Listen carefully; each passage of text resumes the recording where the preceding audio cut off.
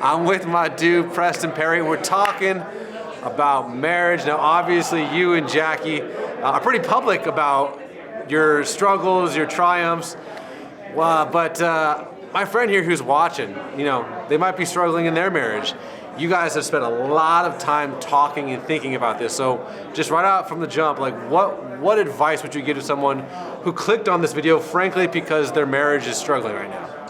Man, that's a really good question. One of the things that I tell young dudes that I disciple and I walk with is one of the most pressing lessons I've learned in marriage is that if God gave us a spouse that met our every condition, we would never learn how to love unconditionally.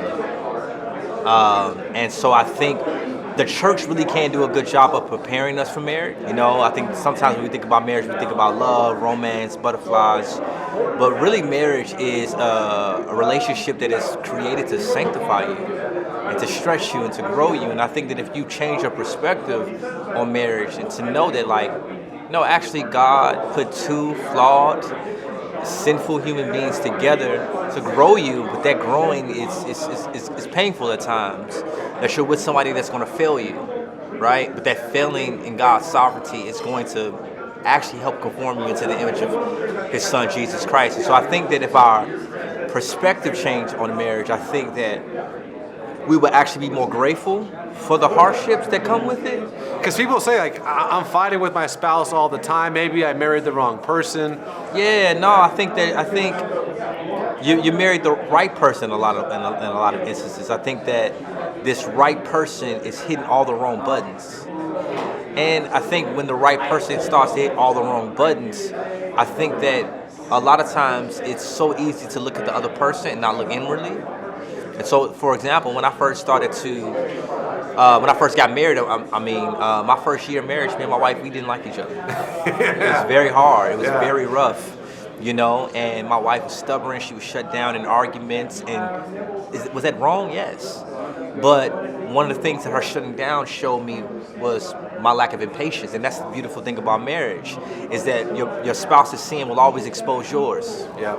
And so I think in marriage, I think that you have to ask yourself, what is God trying to show me even through my spouse's flaws? Bro, you're preaching to me right now. You know what I'm saying? Yeah. Her lack of submission will often expose your impatience. And her lack of love will expose that your neediness for Jesus and how you should be more needy for Jesus than you are for.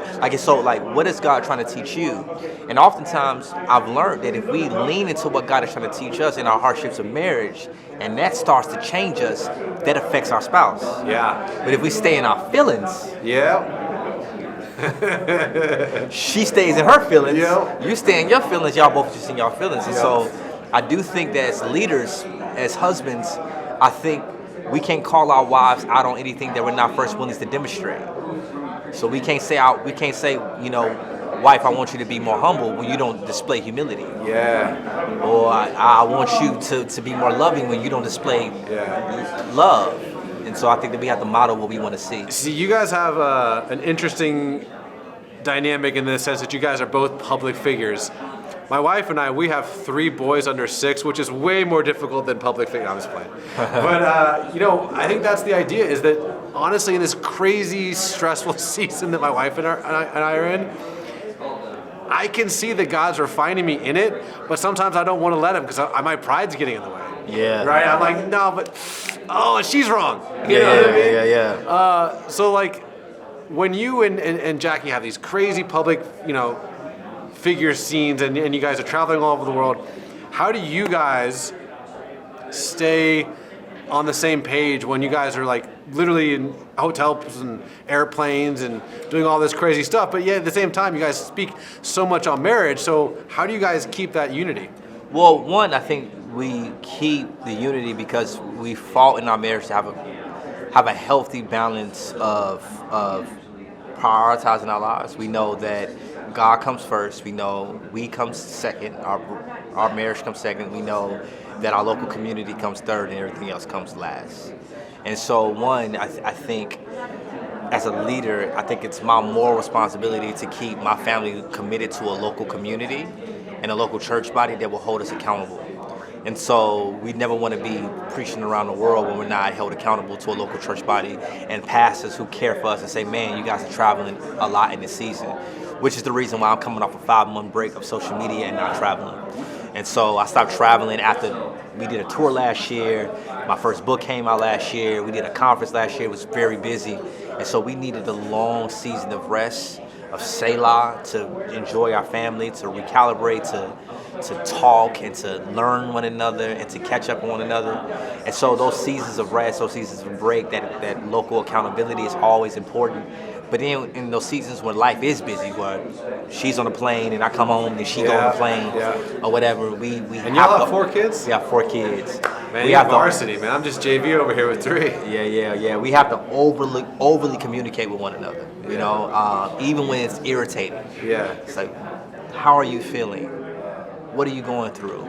Because it's real easy to miss one another when you're busy, and so we try to include our like even now, like she's so like I'm at this conference and she's so like involved in like how did it go? What are you doing? Yada yada yada. She's not separate from my life. She's very much a part of my life, and so I think that marriages you have to fight for that intimacy and that communication. All right, last question. So, Preston, Jackie Hill, people know these names, people watch you on YouTube and seen your podcast, but when the cameras are off, there's no lights, there's no CBN News or whatever, and y'all just chilling, what do you guys like?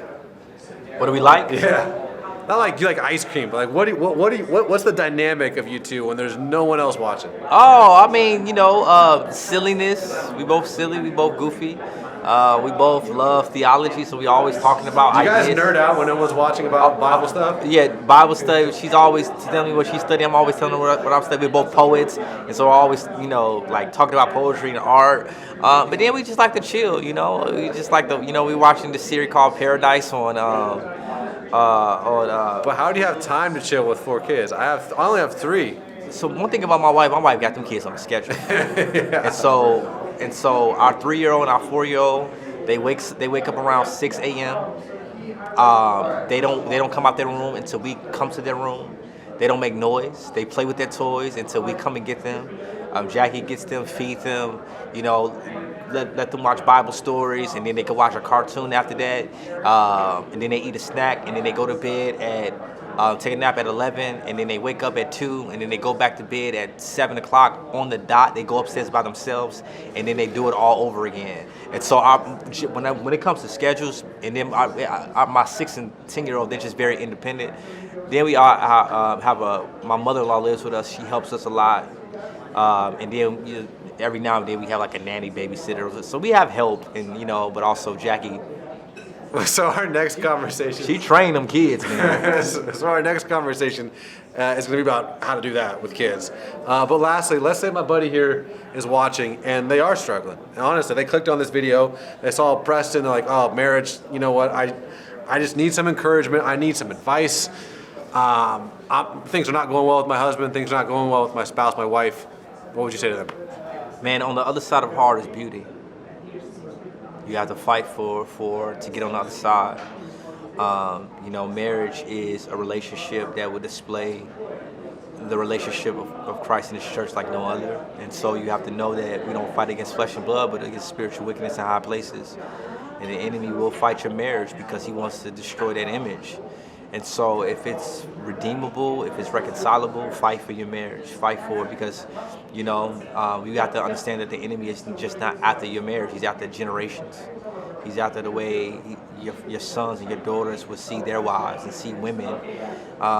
He's after the way your grandchildren will view family. Like he's out for generations, but God wants to redeem and restore relationships. And one of the ways He will do that is through marriage. So try to get to the other side, fight, and marriage is something worth fighting for. And so do all you can to get your flesh out of the way and let God do the rest. That's my biggest advice. Preston, appreciate it, brother. Man, thank you. I love CBN, man. Y'all do great work.